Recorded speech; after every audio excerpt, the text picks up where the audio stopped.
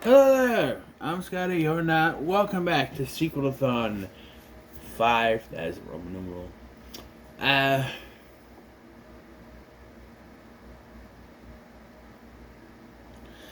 we are on Shrek Forever After. And based on the name and how this movie ends, I think it was meant to be the last one. And then, although there were plans to make a fifth one in 2013, it never happened. I think they were content with this being the last main one. The way it ended, yeah. And we're getting a fifth one anyway. So, then they have buds. So the story here is that Shrek has been... He can't deal with all the pressure in his life. He's become famous. He has kids. We have this little punk. Get it right. Yeah. It's just annoying. So he says he wants one day to be a monstrous ogre again. Along comes Rumpelstiltskin and tells him, hey, I can do that. You just sign a contract. You give me one day, and I'll give you one day. Free of all this. So he does. And he is then launched into an alternate universe, which on the surface makes no sense if you're following the lore of the franchise. But if you really think about it, it kind of does a little bit.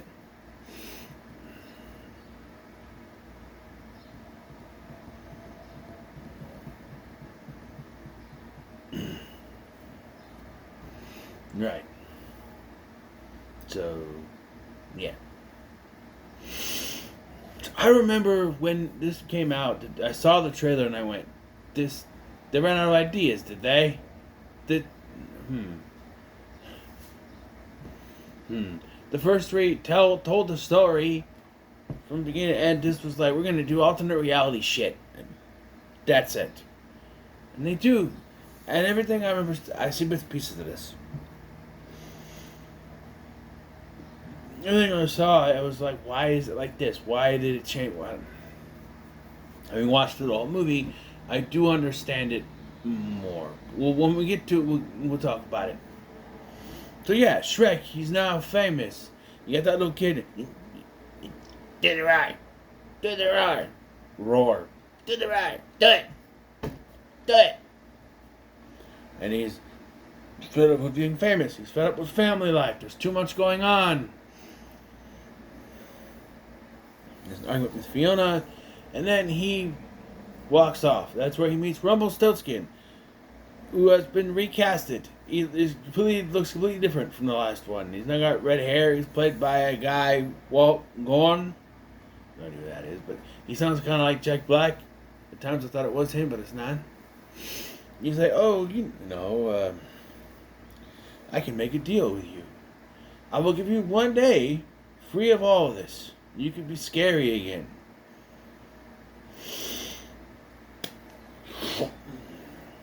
What do I have to give you?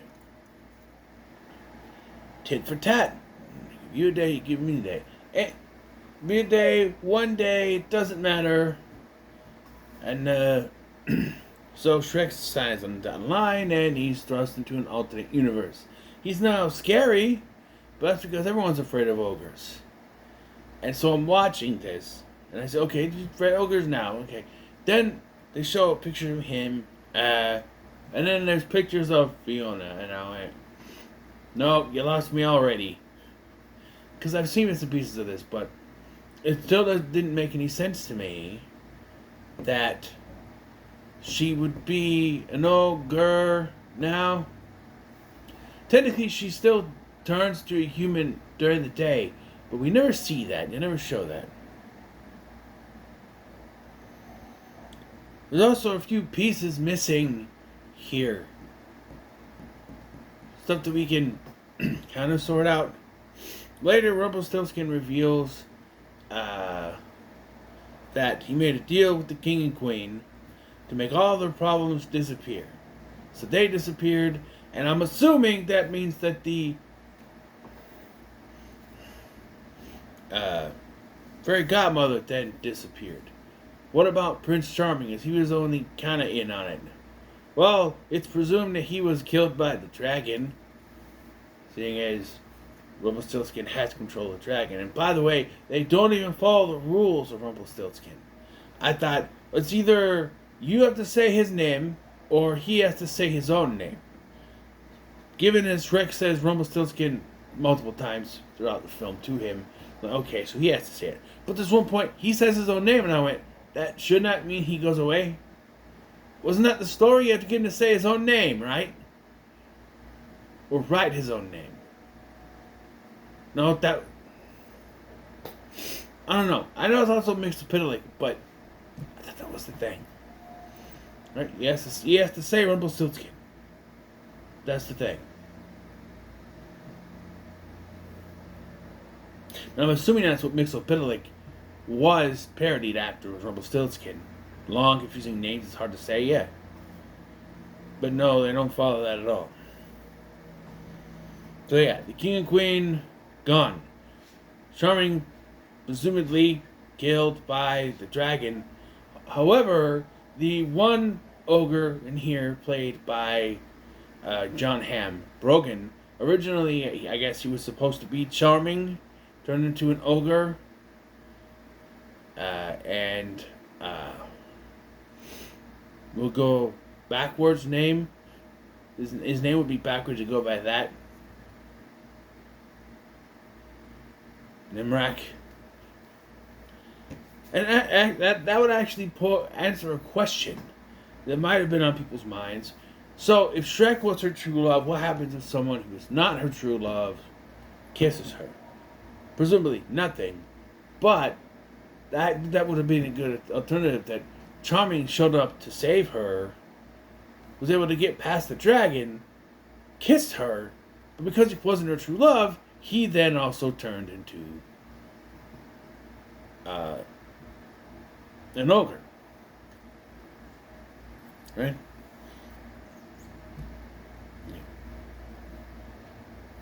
There's also an opening that implies it was Rumpelstiltskin who started the curse. I guess they keep changing things. I thought it was the fairy godmother. I don't know anymore. But anyway, Shrek then has to convince Fiona that they are supposed to be together, which she doesn't believe. Because we need to make this an hour and a half movie. I'm sorry. Look, there are points. I get that she's not going to believe it. There's a point where he says, all we need to do is have true love's first kiss. So they kiss. And nothing happens. And I went, no, bullshit.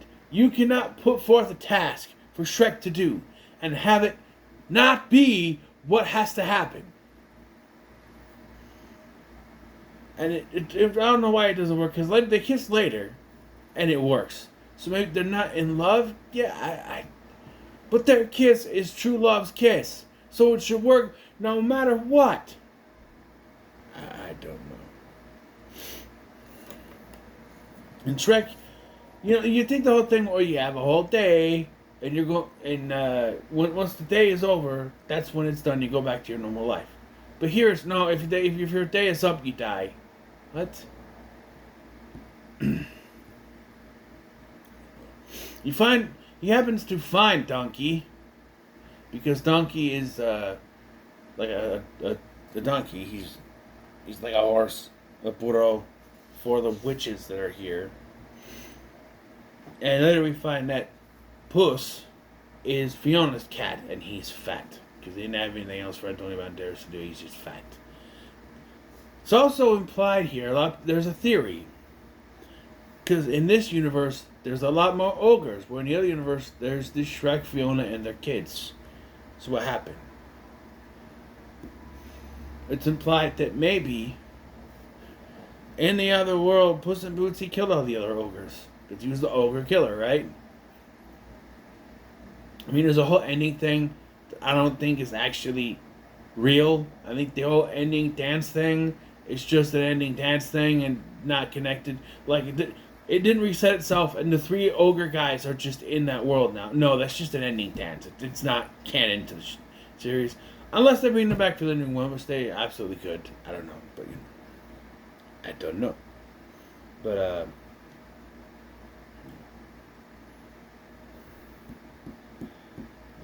And it's also the story also dictates that he went to kill Fiona in this world, but she was able to subdue him, and much like with Shrek, becomes her friend. And but he got fat. Yeah. And Donkey and Puss do get reacquainted here, friends. The dragon does show up, and she does flirt with Donkey, but it doesn't exactly work. The dragon's working with Rumpelstiltskin. Also, Rumpelstiltskin has the Pied Piper who doesn't talk. He only talks through flute. The flute. And his thing is not to lure people, but just make them dance. It just makes them dance. That's it. Yeah.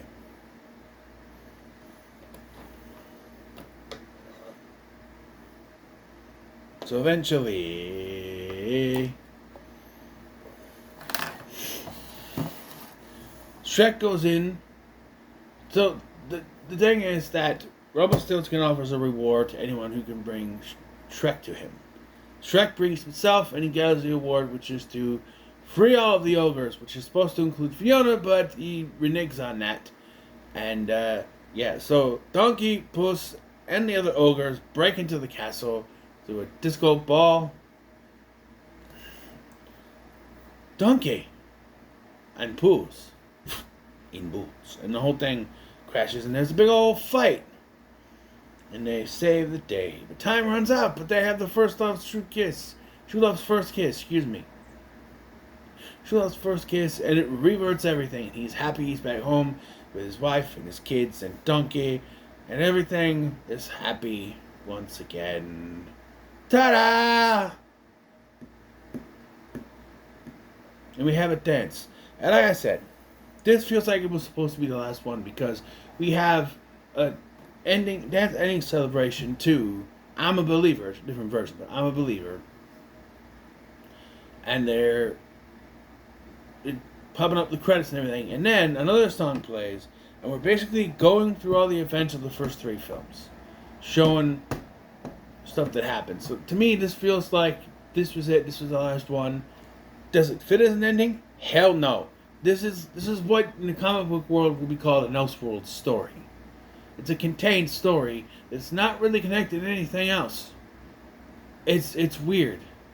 It's really weird. It feels like an Elseworld story, where Shrek is plucked from his world and thrown into another world, and he has to get out, and that's just it. There's no story for our characters. All the character development done are with alternate versions of our characters that are not our characters. So once things are reversed and Shrek goes back, any kind of character development on that side, other than what Shrek learns, thrown out the window. Really.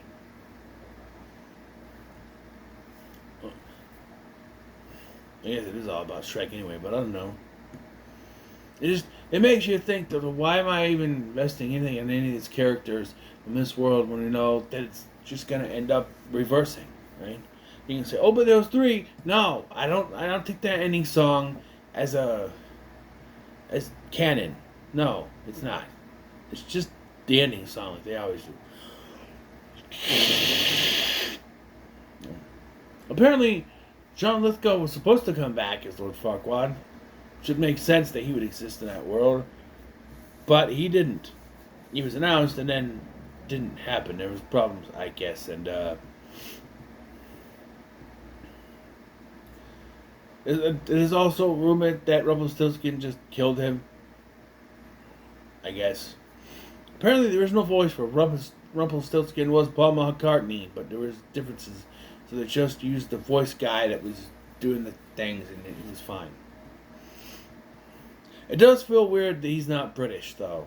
All the other villains had British accents, and he doesn't. He sounds like Jack Black, like I said. I kind of liked the other ogre guys, Cookie especially. He's voiced by Craig Robinson. He likes to cook chimichangas. Deadpool would agree, would approve. Excuse me. But yeah, it's just a whatever movie. I'll give it another middle of the road. Is it worse than 3? Probably not. But in the end, it doesn't really matter because it's not really, you know. these films, the first three, they had sort of a connectivity to it. First one was finding the love of his life, and then the second one is trying to settle down with that, but then dealing with his in-laws and the fairy godmother. And the third one is more friendly, giving responsibility, even though he gives the kingdom to Arthur, who's not even mentioned in this one.